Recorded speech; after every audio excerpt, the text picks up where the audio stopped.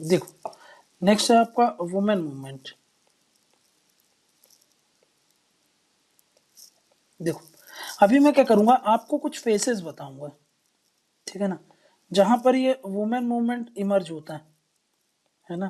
Women movement कैसे काम करता है, इसका इमर्जेंस देखते हैं फेसेस वाइज। ये तो मैं आपको बता देता हूँ, लेकिन अब एक चीज समझना, जैसे कुछ स्पेसिफिक मूवमेंट होते हैं, स्पेसिफिक वुमेन मूवमेंट है ना, वो काहे को लेकर के भी हो सकता है। जैसे मान लो कि भाई वुमेन राइट्स के ऊपर हो सकता है ना, एनवायरमेंटल प्रोटेक्शन के ऊपर हो सकता है। जैसे कि चिपको आंदोलन में आपको पता है वुमेन का कितना बड़ा रोल था, ठीक है ना। नर्मदा बचाओ आंदोलन है, ठीक है ना, ये सब आपको पता है, ये सब मूवमेंट। तो ये सब आपको ना वो तो तब काम आएगा कि भाई जब आपको मान लो न्यूज में है कुछ है, तो वो वहां से आपको ये छोटी छोटी, अब कितने मूवमेंट है इसमें, है ना, वुमेन के हजारों मूवमेंट होंगे, है ना, एनवायरमेंट को लेकर के है, वुमेन राइट्स को लेकर के है, ठीक है ना। वुमेन का जैसे टेम्पल एंट्री में अभी देखा था, इतने सारे मूवमेंट हुए थे, है ना, तो टेम्पल एंट्री मूवमेंट हो गए, ट्रिपल तलाक वगैरह ये सब। तो ये सब आपको क्या करना पड़ेगा, ये करंट से ही आपको तैयार करना पड़ेगा, ठीक है ना। इसके लिए आप चाहो कि एक लिस्ट दे दें आपको और पूरा वो पढ़ाने लग जाए, समझाने लग जाए, तो ये नेवर एंडिंग टॉपिक है ये, ठीक है। ये आपको करंट से ही आपको तैयार होना करना पड़ेगा। हाँ, अपन क्या करेंगे, ये जो फेसेस हैं इनको समझ लेते हैं कि भाई ये फेसेस क्या है और कैसे इमरजेंस हुआ। डायरेक्ट तो नहीं आएगा क्वेश्चन, बट फिर भी एक मोटा मोटा आपको एक थोड़ा सा एक ओवरऑल अंडरस्टैंडिंग बन जाएगी। क्वेश्चन यहाँ से आ सकता है वुमेन मूवमेंट पे, ये बहुत इंपॉर्टेंट टॉपिक है। ये पूरा आपको कहीं से करना है, ये आपको उसी से करना पड़ेगा, करंट अफेयर्स, ठीक है ना। तो करंट अफेयर से आपको अपडेट रहना है, और इसमें जो भी चीजें आपको, जो भी वुमेन राइट की बात कर रहा है, कोई मूवमेंट चल रहा है एनवायरमेंटल से रिलेटेड, कोई वुमेन है, वुमेन का, है ना, तो वो सब आपको पढ़ करके तैयार करना पड़ेगा। बट हाँ, रही बात अब इसको करने की, तो यहाँ पे ये वाला जो सेक्शन है वो मैं आपको बता देता हूँ, ठीक। तो देख लेते हैं क्या वुमेन मूवमेंट। तो मैं अगर आपसे बात करूं वुमेन मूवमेंट की, है ना, वुमेन मूवमेंट, तो हम एक काम करते हैं, वुमेन मूवमेंट को दो पार्ट में डिवाइड करते हैं कि भाई एक प्री इंडिपेंडेंस के समय में, प्री इंडिपेंडेंस के समय में कैसे काम कर रहा था ये, है ना, कैसे मूवमेंट चलते थे, और एक होता है पोस्ट इंडिपेंडेंस।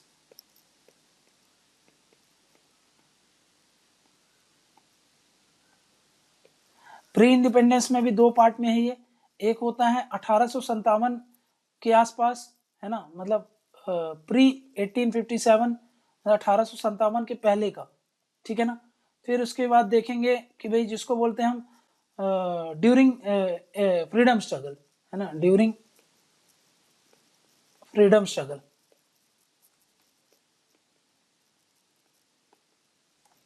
फ्रीडम स्ट्रगल के दौरान क्या कैसा काम कर रहा था। नेक्स्ट देखेंगे कि पोस्ट इंडिपेंडेंस में भी 1947 से लेकर के 1975 तक का एक पीरियड रहेगा। फिर 1975 में कुछ होता है, उसको देखेंगे ऐसा क्या है 1975 में, और इसके बाद 1975 के बाद से प्लस आज तक, है ना, कंटेम्पररी, ठीक है। तो ये इतने तरीके से है। यहाँ पे आपको वुमेन मूवमेंट एक फेज मैनर में जो इमर्ज हुआ है उसको देखेंगे, ठीक है ना। अब देखो, पहले मैं बात करता हूँ प्री इंडिपेंडेंस की।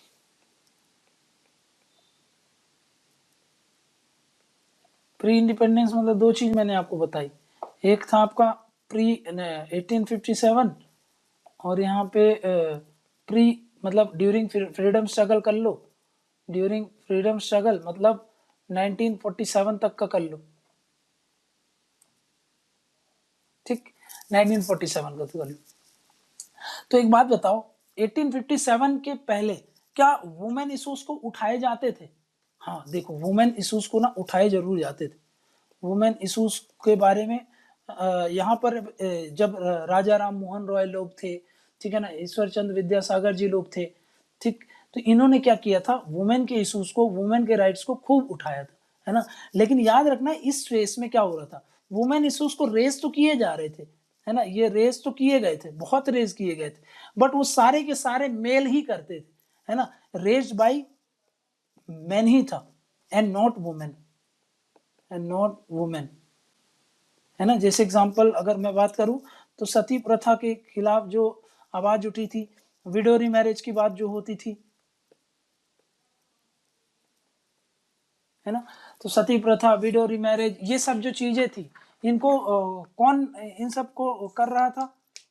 तो भाई इसमें से याद रखना है कि इसमें मोबिलाइजेशन ऑफ वुमेन जो था ना, वो लिमिटेड था, है ना, वुमेन का मोबिलाइजेशन नहीं था, वो मेन का ही मोबिलाइजेशन था, ठीक है ना। यहाँ पर मोबिलाइजेशन ऑफ वुमेन जो था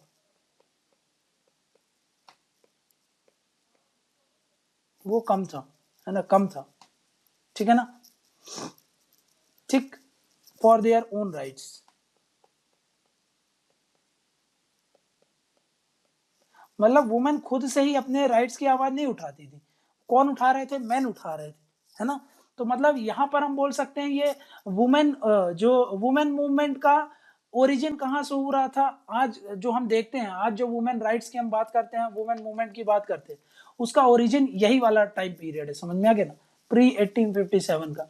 मतलब ये क्या है आपका origin of contemporary women movement जो था, वो उसका कहाँ से ओरिजिन होता है उसका।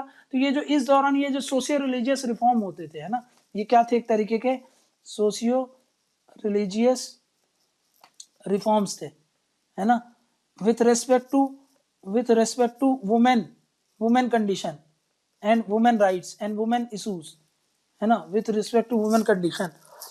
यही तो क्या था आपका, यही आपका बनता है एक्ट्स एज ओरिजिन फॉर, तो आपको मैंने बता दिया जो कंटेम्प्ररी वुमेन मूवमेंट है, ठीक है ना। तो आज का जो कंटेम्प्ररी वुमेन मूवमेंट आप जानते हो, जो इतने मूवमेंट चल रहे हैं, इसके पीछे का अगर मैं आपसे बोलूं कि डीप रूट कहाँ पे है, तो आप बोलोगे वो जो सोशियो रिलीजियस रिफॉर्म्स थे, जहां पर बहुत सारे जो वुमेन रिलेटेड इश्यूज हैं उनको उछाला गया था, उन पर समाज पर अवेयरनेस किया गया था। किन के द्वारा? तो ये जो प्रोमिनेंट रिफॉर्म लीडर्स थे, वो जैसे कि ईश्वर चंद्र विद्यासागर जी, राजा राम मोहन रॉय, इन जैसे लोगों के द्वारा, ठीक है ना। तो लेकिन ये याद रखना कि यहाँ पर वुमेन के इश्यूज उठाए जरूर जा रहे थे, लेकिन वो मेल के द्वारा उठाए जाते थे, वुमेन के द्वारा नहीं उठाए जाते थे, मतलब वुमेन का मोबिलाइजेशन कम रहता था, ठीक है। नेक्स्ट क्या बोल रहा हूं मैं कि ड्यूरिंग फ्रीडम स्ट्रगल, ठीक है ना। तो ये ड्यूरिंग फ्रीडम स्ट्रगल, इस दौरान क्या हो रहा था? इस दौरान ये हो रहा था कि वुमेन काहे की तरह एक्ट करती थी? एज अ नेशनलिस्ट की तरह एक्ट करती थी। और ये जो इस समय फेमिनिज्म और नेशनलिज्म दोनों मर्ज ही था, समझ में क्या, मतलब सेपरेट नहीं देखा जाता था। और ज्यादातर फोकस काहे पे रहता था? वुमेन राइट्स को ना लेकर के नेशनलिज्म पर ज्यादा फोकस, समझ में क्या ना। अब यहाँ पे समझो, यहाँ पर वुमेन कैसे एक्ट कर रही थी? वुमेन एक्टेड एज कॉमरेड, है ना, कॉमरेड्स की तरह एक्ट कर रही थी। वुमेन का पार्टिसिपेशन बढ़ा तो जरूर था, वुमेन पार्टिसिपेशन तो खूब बढ़ा था इन फ्रीडम स्ट्रगल।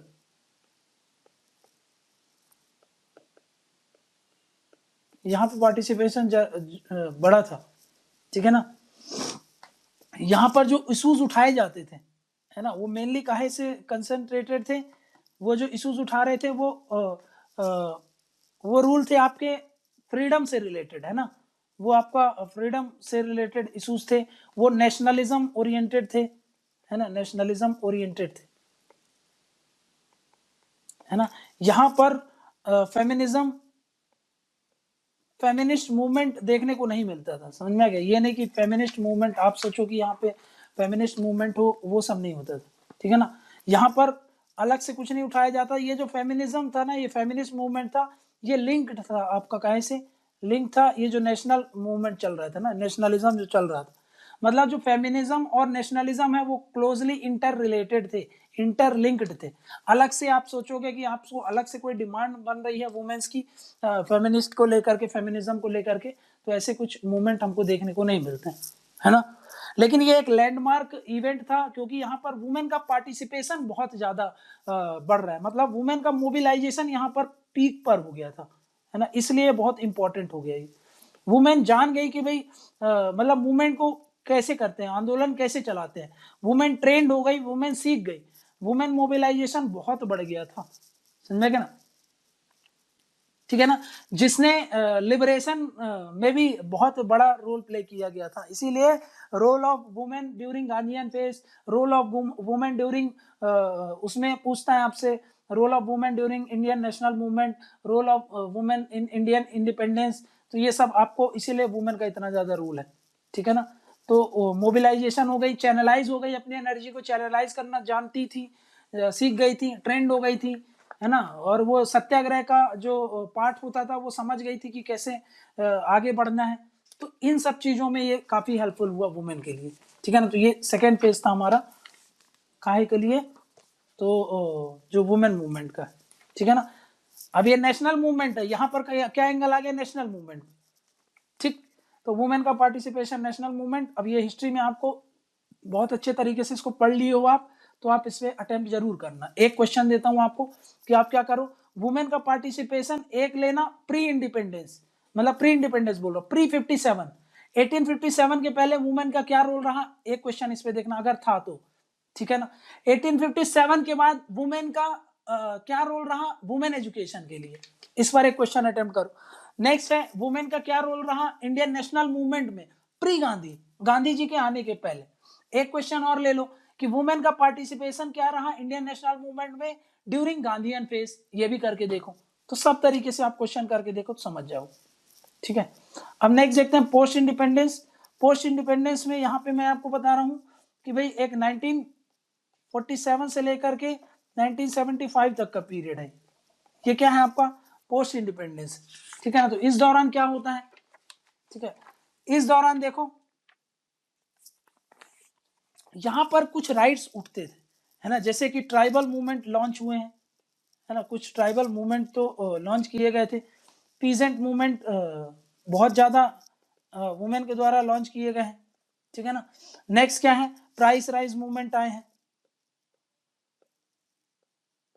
है ना, चिपको मूवमेंट आपको बताया था। नेक्स्ट है कई सारे मूवमेंट जो अनऑर्गेनाइज सेक्टर से रिलेटेड थे, ये सारे मूवमेंट तो आए हैं, है ना, मूवमेंट तो बढ़े हैं, लेकिन अभी भी वुमेन राइट्स के बारे में बात नहीं हो रही थी, है ना। Not issues related to women rights, है ना, वुमेन राइट्स से रिलेटेड इश्यूज को नहीं उठाए जाते थे। हाँ ये सब जो हाँ मतलब यहाँ पर ये सब मूवमेंट जरूर देखने को मिल रहे हैं। मतलब क्या है इसका, इतने सारे मूवमेंट देखने का मतलब क्या है कि भाई यहाँ पे पार्टिसिपेशन ऑफ वुमेन था वो डाइवर्सिफाइड था। पहली बात यहाँ पे पार्टिसिपेशन कैसा था, डाइवर्सिफाइड था, प्लस लार्ज स्केल में पार्टिसिपेशन हो रहे थे वुमेन के, है ना, लार्ज स्केल में पार्टिसिपेशन हो रहा था। लेकिन मैंने क्या बताया कि ये वुमेन इश्यूज को जनरली नहीं उठा रहे हैं, ये वुमेन से जो अदर रिलेटेड है इश्यूज हैं, वुमेन से रिलेटेड जो अदर इश्यूज हैं उनको जरूर उठा रहे थे, लेकिन वो इशू को रेज नहीं करते थे जो वुमेन को अफेक्ट करती हो, समझेगा ज्यादातर, ठीक है ना। ये देखो इनमें से हाँ लाइवलीहुड वगैरह को अफेक्ट कर रही थी तो उसके कारण वो मूवमेंट ज्यादातर देखे गए हैं। बट वुमेन राइट्स होते हैं जैसे वुमेन का फेमिनिज्म, फेमिनिस्ट मूवमेंट, ये सब देखने को नहीं मिलते हमको, ठीक है ना, ठीक। लेकिन वही मैंने क्या बोला कि इसने हेल्प किया काहे के लिए, इसने हेल्प किया रिवील करने के लिए कि पावर ऑफ वुमेन क्या है, कैसे एक वुमेन है एज अ फोर्स यूज हो सकती है सोसाइटी में, है ना, अलाउ किया कि भाई उनको अपॉर्चुनिटी प्रोवाइड किया कि अपने आप को फॉरवर्ड लेके आए, अपने डिमांड्स को फॉरवर्ड लेके आए, अपने नीड्स को फॉरवर्ड लेके आए, और उनके प्रेशराइज एज अ प्रेशर वो कैसे एक्ट कर सकती हैं, ये सब चीजें वो यहाँ पर सीख जाती हैं और समझ जाती हैं। और काफी काफी मूवमेंट में आपको पता है कि इनके सामने पूरा इनके दम पे मूवमेंट लीड हुआ है, इनके दम पे मूवमेंट चला है, जैसे कि चिपको मूवमेंट, आपको आइडिया होना चाहिए इसका, ठीक है ना। नेक्स्ट मैं बात करूं कि भाई अब देखो 1975 में क्या हुआ, 1975 में एक इंटरनेशनल वुमेन डिकेड मनाया गया, ठीक है ना, इंटरनेशनल वुमेन डिकेड हुआ है 1975 को बोला गया था, यहां पर सेलिब्रेट किया गया है कि यूएन इंटरनेशनल ईयर डिक्लेयर करा गया था इसको, है ना, 1975 को यूएन इंटरनेशनल ईयर, ठीक है ना। यूएन ने क्या डिक्लेयर किया है इसको, यूएन ने डिक्लेयर किया था international year of women empowerment, women empowerment and women and development, ठीक है ना। ये उन्होंने 1975 में ये मूवमेंट लॉन्च किया। इसके बाद अगर आप देखोगे ना तो इसके बाद जो वुमेन राइट्स से रिलेटेड जो मूवमेंट है ना, वुमेन राइट्स रिलेटेड मूवमेंट, वो आपके बढ़ना चालू हो गए, है ना, started increasing, started gaining momentum, है ना।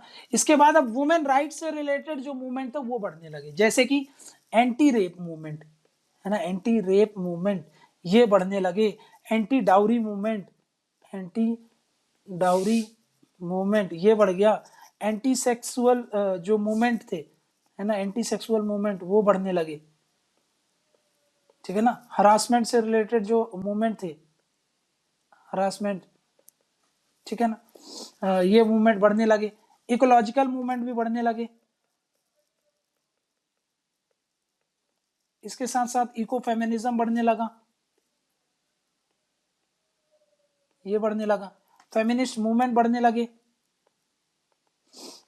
फेमिनिस्ट मूवमेंट मतलब जैसे ये आप जानते हो वुमेन राइट्स की जो बात करते हैं, जैसे टेम्पल एंट्री हो गया, ट्रिपल तलाक हो गया, ये सब क्या है, ये सब मूवमेंट्स बहुत ज्यादा पीक पे आने लगे, क्योंकि जब यूएन ने इंटरनेशनल ईयर ऑफ ये जो डिकेड जो international year of women empowerment and women development declare किया, इसके बाद सारे कंट्रीज क्या होने लगी, गवर्नमेंट भी ज्यादा फोकस करने लगी इन सब चीजों पर, और वुमेन एनजीओज ये सब भी अब थोड़ा सा एक्टिव हो गए और इन सब चीज़ों को ज़्यादा बढ़ावा देने लगे।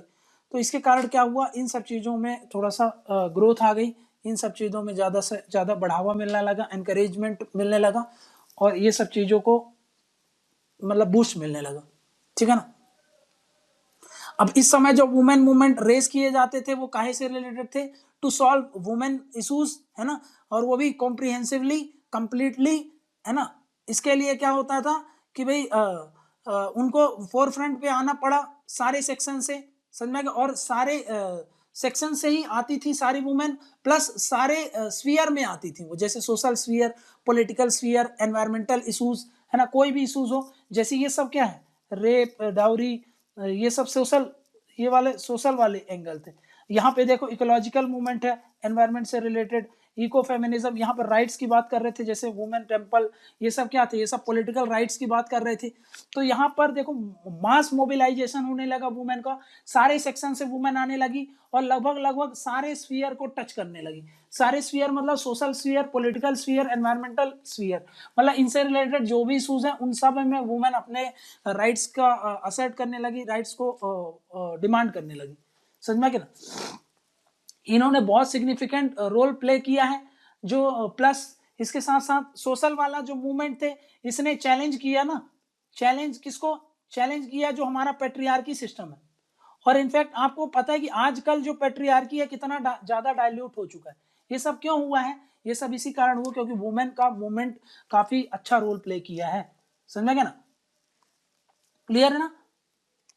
इसके कारण आपको एक चीज और देखने को मिलेगी, इन सब चीजों के कारण हमारा जो सोसाइटल स्ट्रक्चर है ना, सोसाइटल एंड गवर्नेंस स्ट्रक्चर भी ले लो, आप सब ले लो, उसमें एक डिसेंट्रलाइज अप्रोच देखने को मिलता है। इनमें हमको क्या देखने को मिलता है, इनमें देखने को मिलता है डिसेंट्रलाइज अप्रोच, ठीक है ना। मतलब वुमेन सेंट्रिक चीजें होती हैं, वुमेन सेंट्रिक चीजें होती हैं, वुमेन लेड भी हो रही हैं और वुमेन के लिए भी हो रही हैं, ठीक है ना। प्लस यहाँ पर बहुत सारे मल्टीपल इंटरेक्शन देखने को मिलते हैं, ठीक है ना। तो ये सब चीजें हैं जो इस दौरान आपको देखने को मिली, ठीक है ना। तो ये वाला जो फेज था उसमें क्या याद रखना है, यूएन का इंटरनेशनल ईयर होता है 1975 में, उसके बाद सोशल स्फीयर, एनवायरमेंटल और जो पॉलिटिकल स्फीयर है उसमें वुमेन का असर्ट बनने लगा, वुमेन इश्यूज को कॉम्प्रिहेंसिवली डील करे जाने लगा, ठीक है ना। इको फेमिनिज्म और फेमिनिस्ट मूवमेंट काफी हद तक बढ़े, वुमेन के राइट्स की बात हो रही थी तब से लेकर के आज तक, अब यही से देखने को मिलता है। तो यहाँ पर जो वुमेन मूवमेंट कैसे इमर्ज हो रहा है, तो फेज मैनर में देखो, पहले तो क्या हुआ कि पहले भाई वुमेन इश्यूज उठाए जाने लगे, है ना। पहले तो उठाए ही नहीं जा रहे थे ना फर्स्ट फेज में। तो चलो मेल्स जो वहां पर जो रिफॉर्मर्स थे, सोशल रिफॉर्मर्स थे, उन्होंने क्या किया, वुमेन एटलीस्ट वुमेन के इश्यूज को उठाया जाने लगा। तो सोसाइटी में एक अवेयरनेस तो आई कि हाँ वुमेन किन इश्यूज से गुजर रही है, किन प्रॉब्लम से गुजर रही है, तो कम से कम उनको उठाया जाने लगा और सोसाइटी अवेयर होती गई। नेक्स्ट टाइम में क्या बताया मैंने आपको, सेकेंड फेज में, यहाँ पे देखो, यहाँ पे सेकेंड फेज में ये होने जाने लगा कि भाई नेशनलिज्म पीक पे था, तो फेमिनिज्म को और नेशनलिज्म को लिंक करके देखा जाने लगा, और सेपरेट फेमिनिस्ट पे कोई मूवमेंट वगैरह की बात नहीं हो रही। पर इस केस में क्या हो रहा था, वुमेन का पार्टिसिपेशन बनने लगा। पहले फेज में तो पार्टिसिपेशन ही नहीं था। सेकेंड में चलो वुमेन के राइट्स के और वुमेन के इश्यूज से रिलेटेड बात नहीं हो रही थी, बट वो फ्रीडम स्ट्रगल से बात हो रही थी और वो नेशनलिज्म से बात हो रही थी, बट एटलीस्ट वुमेन का पार्टिसिपेशन तो हो रहा था। वुमेन जानने तो लगी थी कि हाँ मूवमेंट को कैसे लीड करना है, मूवमेंट को कैसे चलाना है, ठीक है ना। तो ये सेकेंड फेज में हो गया। थर्ड फेज में मैंने आपको बता दिया क्या हो गया, यहाँ पर भी वाइड स्केल में मूवमेंट होने लगी, ऑर्गेनाइज मूवमेंट होने लगे, बट अभी भी वुमेन राइट्स को, वुमेन इश्यूज को देखा नहीं जा रहा था। लेकिन 1975 के बाद ये जोर पकड़ लिया और वुमेन इश्यूज और वुमेन जो राइट्स हैं उनकी बात हो गई। फेमिनिस्ट मूवमेंट, इको फेमिनिज्म और जो इकोलॉजिकल मूवमेंट है, सोशल मूवमेंट है, पॉलिटिकल मूवमेंट है, इन सब पे वुमेन का असर्ट होने लगा। रोल ऑफ एनजीओज वगैरह बढ़ने लगे, सोसाइटी में थोड़ा सा चेंजेस आने लगे। सोसाइटी कैसी हो गई, पैट्रियार्की थी तो वो काफी हद तक डाइल्यूट हो गई। जो हमारा सोसाइटल स्ट्रक्चर है, गवर्नेंस स्ट्रक्चर है, वो डिसेंट्रलाइज हो गया। डिसेंट्रलाइज किसके फेवर में, वुमेन सेंट्रिक, वुमेन लेड और वुमेन ओन्ड, इन सब चीजों के लिए आप बता सकते हो ऐसे कुछ चेंजेस आए। और ये वुमेन जो मूवमेंट थे ये अभी भी चलते रहते हैं, अलग अलग सेक्टर में मूवमेंट होते हैं, वो सारे स्फीयर में इन्फ्लुएंस करते रहते हैं, चेंजेस लाते रहते हैं। इसके कारण क्या होता है, हमारी जो सोसाइटी है ट्रांसफॉर्म हो रही है, और जो गवर्नेंस है, पॉलिटिकल स्ट्रक्चर है, इकोनॉमिक स्ट्रक्चर है, ये सब ट्रांसफॉर्म हो रहा है और ज्यादा से ज्यादा वुमेन को एब्जॉर्ब कर रहा है, वुमेन सेंट्रिक हो रहा है।